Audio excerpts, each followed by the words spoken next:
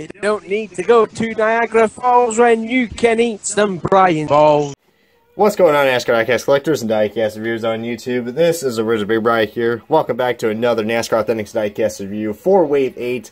And today we're going to be, as I just spoiled it for myself right there, we're going to be looking at a car from Wave 8 that's now available at your local Walmarts, Targets, and Toys R Us's, or any other retailer that sells Lionel Racing's NASCAR Authentics diecast.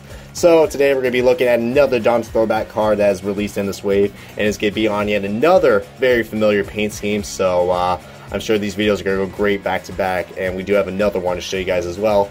But without further ado, guys, we're going to do a NASCAR Authentics diecast review on Austin Dillon's 2017 American Ethanol Darlington Throwback paint scheme. Now, of course, this is similar to the Eric Almirola review. This is the paint scheme that he drove at this year's Southern 500, and it is paint a throwback to another legendary icon in NASCAR, which is Dale Earnhardt. I mean, you guys can already tell. You know that paint scheme. You know that number. Just a different generation driver driving it. But it's going to be pretty cool as we're going to take a look at the back, which, as usual, guys, this is your usual back for NASCAR Authentics, and it shows all the diecasts that are released in Wave 8 for 2017. So we're going to be going down the line and looking at all these cars in the other separate videos. But without further ado, guys, we're going to take a quick at the closer look of the Austin Dillon American Ethanol Throwback car.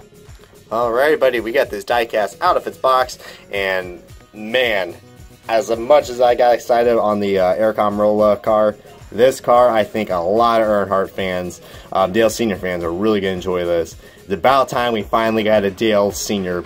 throwback on the 3 car.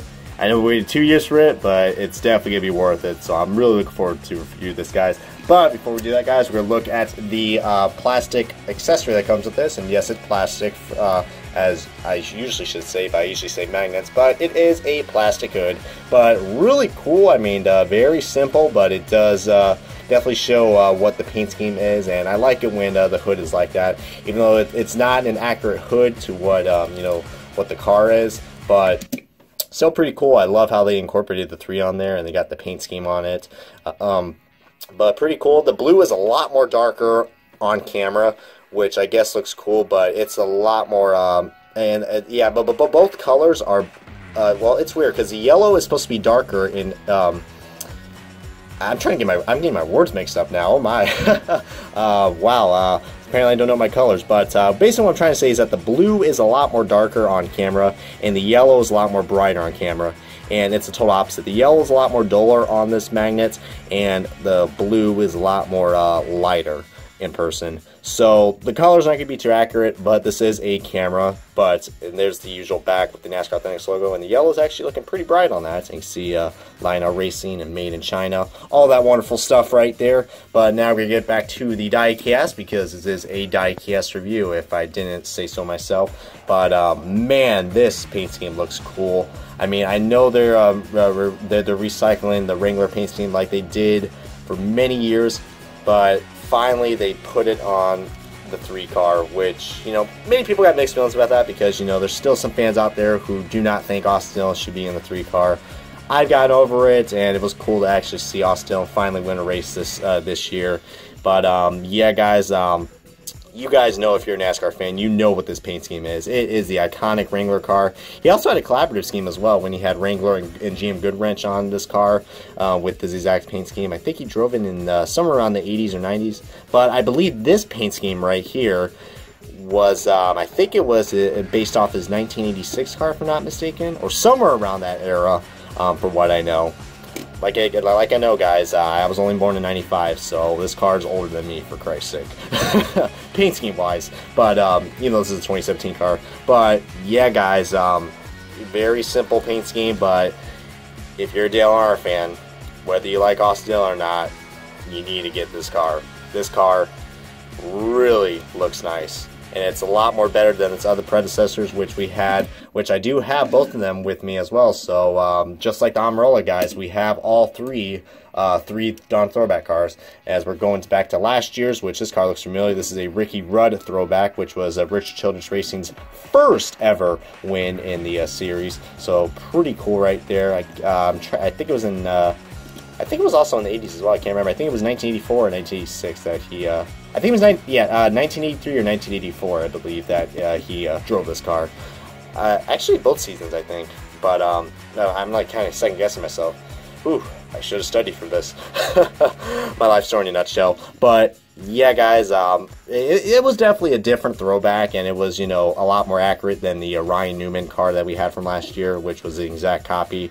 Which we do get that again, but I will make a separate video on that as well, guys. But I do got a good reason on that car as well. But yeah, it was definitely something unique. We didn't have the we had a different font for the 3 last year, and many people got mixed feelings about that. But any Ricky Rudd fan will know that this car was pretty cool. As we're looking at side-by-side comparison, big difference, big difference. You see right there, the Earnhardt throwback and the Rudd throwback. So I say both cars are worth getting because they're unique in their own little ways. The only thing that's in common is that they have the same contingencies. Well, kinda, because you know, one was in the Sprint Cup Series, one's in the Monster Cup. And also, I forgot to point out that this car does not have the name banners or the Monster Energy logos as well, compared to the 2016 car, which has the Cup Series logo and the name banners. So, depending which car you want to get, but I still think that this car is worth to buy. But now, going back to 2015, guys, we had another John's throwback car, and it is none other than Austin Dillon's grandfather, Richard Childress, guys. So another Richard that we all know and love, and this is paying a tribute to his CRC car that he drove back in the day. So yeah, pretty nice looking car. I can't remember the year this car was driven at, because I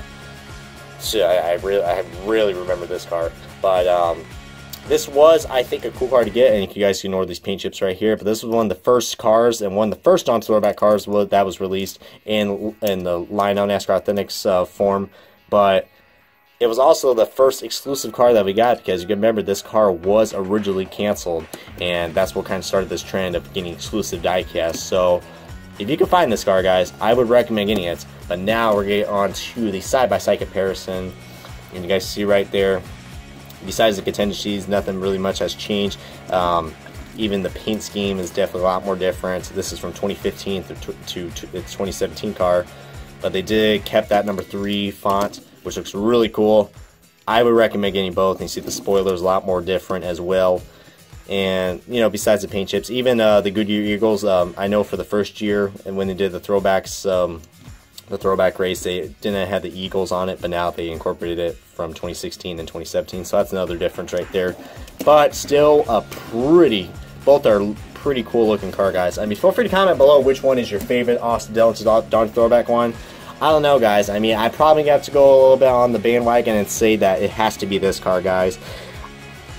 I would say, I know a lot of people had mixed feelings about the throwback cars for this year. They weren't as good as last year's. I say this one probably has to be one of the best Austin Dillon ones that we got, especially if you're a Dillon fan.